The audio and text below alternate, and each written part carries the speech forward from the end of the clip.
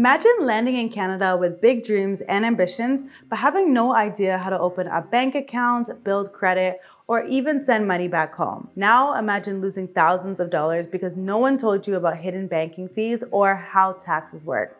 That stops today. Whether you're planning your move to Canada or you've just arrived, this series is a complete roadmap to managing money in Canada. No more confusion, no more costly mistakes. Hi everyone, I'm Reni, and this is the first episode of a Newcomer's Guide to Canadian Finance. If you're watching this, chances are you're either planning to move to Canada, you've just landed, or you're just trying to make sense of this whole new financial world. So whatever it is, trust me, I've got your back. The sponsor of this amazing series that you're watching right now is LemFi, so let me tell you a little bit about them. You know that stress when you need to send money to family back home and you're stuck comparing different apps, dealing with crazy fees, and wondering when the money will actually arrive? Yeah, I've been there too. That's why I'm excited to put you on to LemFi. It's a money transfer app that's literally made for us. Whether you need to send money to Nigeria, Kenya, Uganda, or any of 7 other African countries, they've got you covered. And here is why I am loving it. 0 transfer fees, yes, actually 0. The exchange rates are fire, and your money arrives in minutes, not days. It also goes directly to their bank account, or it can go to their mobile money account.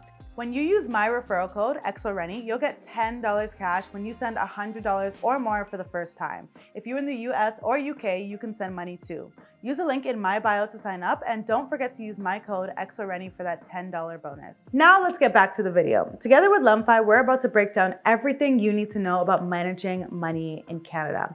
Before we dive in, drop a comment letting me know, what's your biggest money worry about moving to Canada? Is it finding a job? Is it opening a bank account? Or maybe it's about figuring out how to build credit. Let me know by leaving a comment below. Now, let's be real. Moving to a new country is a lot. You're juggling so many things, finding a new place to live, making new friends, maybe even learning a new language. Money stress is the last thing that you need. And that's why I'm here. I have come to realize that understanding how money works in Canada isn't just about survival. It's about creating new opportunities for yourself. It's about having the power to make your choices, whether that's having enough savings to change jobs if you're unhappy, being able to support family back home, or saving up for your first home.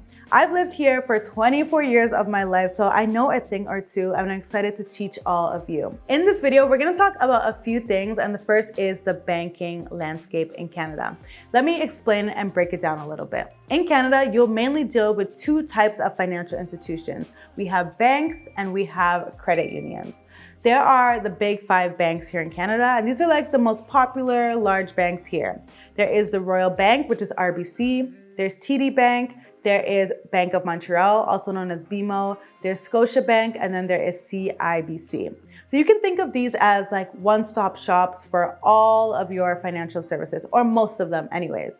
When you arrive, you'll probably see one of these banks at the airport, and they're looking to sign you up to become a customer the second you arrive in this country. These banks are the biggest that we have in Canada, and BMO is even older than Canada is. It was founded in 1817, and Canada, as we know it now, is founded in 1867.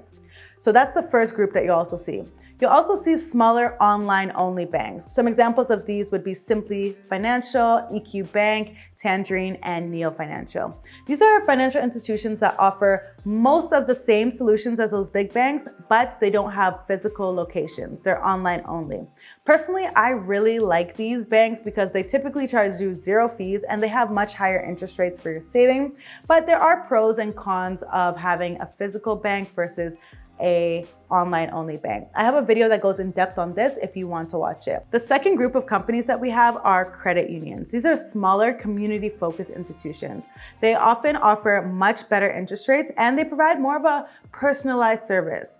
But they are definitely less popular, but still a great option. Some examples that you'll see when you arrive here are Van City, Alterna Savings, Coast Capital Savings, and Meridian Credit Union. And I just want to say the good thing about our Canadian banking system is that it is very secure. So you really can't go wrong with opening any of these accounts, but just make sure that they have what we call CDIC coverage or FSRA coverage. CDIC is Canada Deposit Insurance Corporation, and FSRA has this insurance called DIRF, which is Deposit Insurance Reserve Fund. That was a lot of acronyms, but basically what it means is that if you deposit your money in any of these member institutions.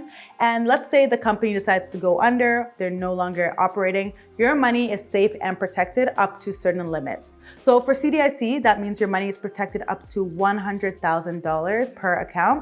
And with FSRA, your money is protected up to $250,000. So wherever you put your money, just make sure that they have this coverage, okay? It will help you in the long run. Out of all the banks that I mentioned, which ones have you heard of before? Let me know in the comment section. The next thing we're gonna go on to is Canadian currency. You know a little bit about our banking system, so let's get into Canadian money. In Canada, we use the Canadian dollar, and our money is very, very colorful. The dollar comes in both coins and it comes in bills. The coins that we have here are the $1 coin, which is known as the loonie, the $2 coin, which is known as the toonie, and then we have 5 cents, 10 cents, 25 cents, and 50 cents. We also have lots of bills. So we have the $5 bill, which is blue, the $10 bill, which is purple, the $20 bill, which is green, the $50 bill that is red, and the $100 bill that is brown. And remember when I said that our banking system is pretty safe?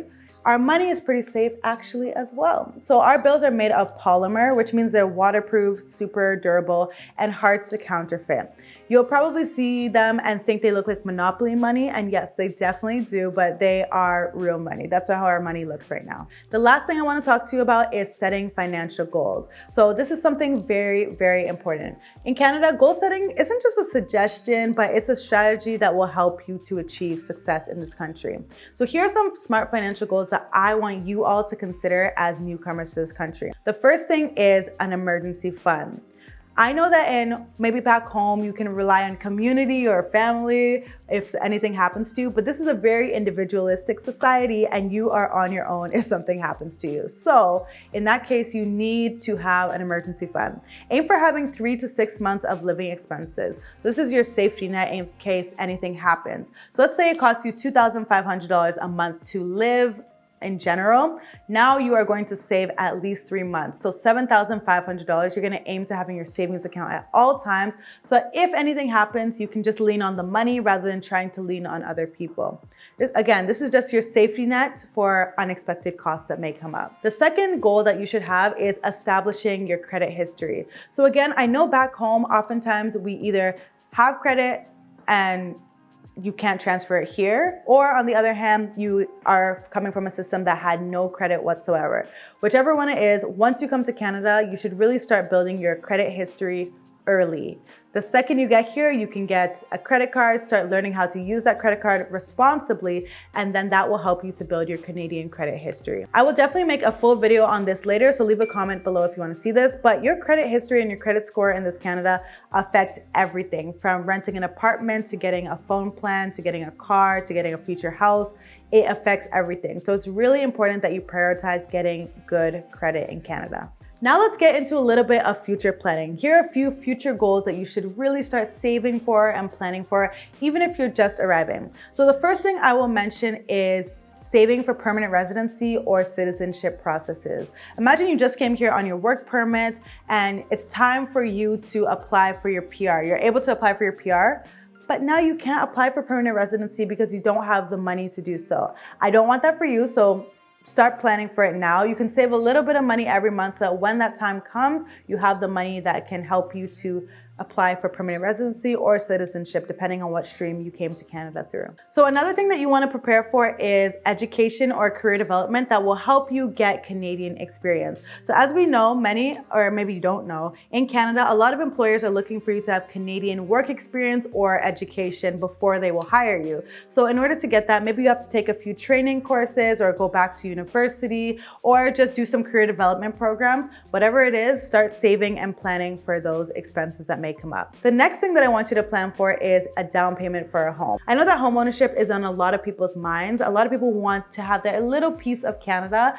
So make sure that you are planning for that and you understand the real estate system and how it works in this country. I will have an entire video through this series that goes into how real estate works, but down payments are a must. And a down payment is basically money that you are saving for the purchase of a home. And you don't have to put down the full cost of the home. You can just put down a little portion for the home. Lastly, I want you to create a budget, okay? Budgeting is key here. We don't just live on vibes and inshallah, we are actually going to budget for everything that we want. So I will do videos on this as well, but basically a budget maps out how you're going to spend your money every month, and you're setting goals around how you're spending your money. This will allow you to enjoy your life while saving and investing. Throughout this series, I will go through exactly how you can do each of these. So make sure you like this video if you're interested in having me drop the next video in this series. And tell me, which of these goals resonate with you the most? Which of these things are your top financial priority for your life here in Canada? Over the next episodes in this series, we're gonna do a deep dive into a lot of topics. We'll talk about how to open your first Canadian bank account, how to understand credit scores from scratch, how to navigate tax season, smart investing strategies, and using platforms like LemFi to help you send money home safely and affordably. So let me know what topics you want me to cover in detail. You can leave it in the comments and I'll make sure to address that in future episodes. Thank you so much for watching this video, and thank you so much to LemFi for sponsoring this series. I think it's gonna be great and educational, and I can't wait to have the future videos coming your way. Thank you so much for watching, and I'll see you in the next one. Bye.